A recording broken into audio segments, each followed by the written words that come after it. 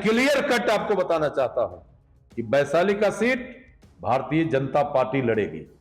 और ये जो खेल हो रहा है, ये खेल हो रहा है, इस खेल को आप समझिए। ये खेल, ये जो लोग खेल रहे हैं उनका कहीं अता पता नहीं रहेगा। नमस्कार, मैं मणिभूषण शर्मा और आप देख रहे हैं न्यूज फाउंडेशन। 2024 लोकसभा चुनाव जैसे जैसे नजदीक आ रही है, सियासत भी तेज होती जा रही है। वही बात अगर हम कर ले वैशाली के, तो वैशाली से एक तरफ लोजपा की सांसद जो है बीना देवी वह ताल ठोक रही है चुनाव लड़ने को लेकर, तो वहीं दूसरी तरफ बीजेपी भी अपनी दावेदारी पेश कर रही है। क्या है कुछ पूरा मामला? बिहार सरकार के पूर्व मंत्री अजित कुमार जी हमारे साथ बात करने के लिए।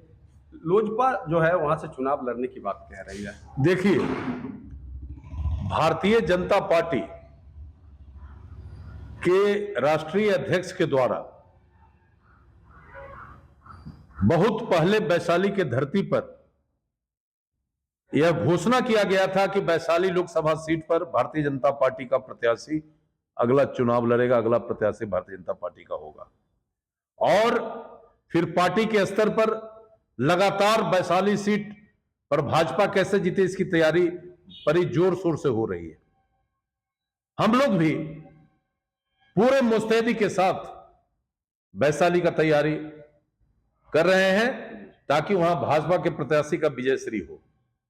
इस बीच आपने सवाल किया कि कई तरह की बातें चल रही हैं। मैं क्लियर कट आपको बताना चाहता हूं कि वैशाली का सीट भारतीय जनता पार्टी लड़ेगी। और ये जो खेल हो रहा है, ये खेल हो रहा है, इस खेल को आप समझिए। ये खेल, ये जो लोग खेल रहे हैं उनका कहीं अता पता नहीं रहेगा। जनता माइंड मेकअप कर चुकी है कि इस बार वैशाली सीट से हम नरेंद्र मोदी का हाथ मजबूत करेंगे और भारतीय जनता पार्टी का कमल छाप का झंडा हम लहराएंगे। इसलिए कोई लाई लपेट नहीं है, भारतीय जनता पार्टी का उम्मीदवार यहां से लड़ेगा और भारतीय जनता पार्टी जीतेगा। अमित शाह पहुंचे थे, पता ही उसको लेके कितना फर्क पड़ेगा वैशाली के चुनाव? अब हम पूछते हैं कि हमारे राष्ट्रीय नेता हैं आदरणीय अमित शाह जी, वो वैशाली के धरती पर आए थे और सरकार की उपलब्धि के साथ साथ भारतीय जनता पार्टी को 2024 के चुनाव के लिए आगे आने को कहा था और पूरे ताकत से अभियान चलाने का निर्देश दिया था। उसके आलोक में हम लोग चला रहे हैं। तो जो लोग जो अलूल जलूल भाषण देते हैं और बात करते हैं और दावा करते हैं, उनको समझ में नहीं आता है कि अमित शाह जी वैशाली के धरती पर आकर आगाज कर दिए हैं। तो उनको समझना चाहिए इन चीजों को। मतलब बीजेपी ही वैशाली से, हर हालत में बीजेपी वैशाली चुनाव लड़ेगी।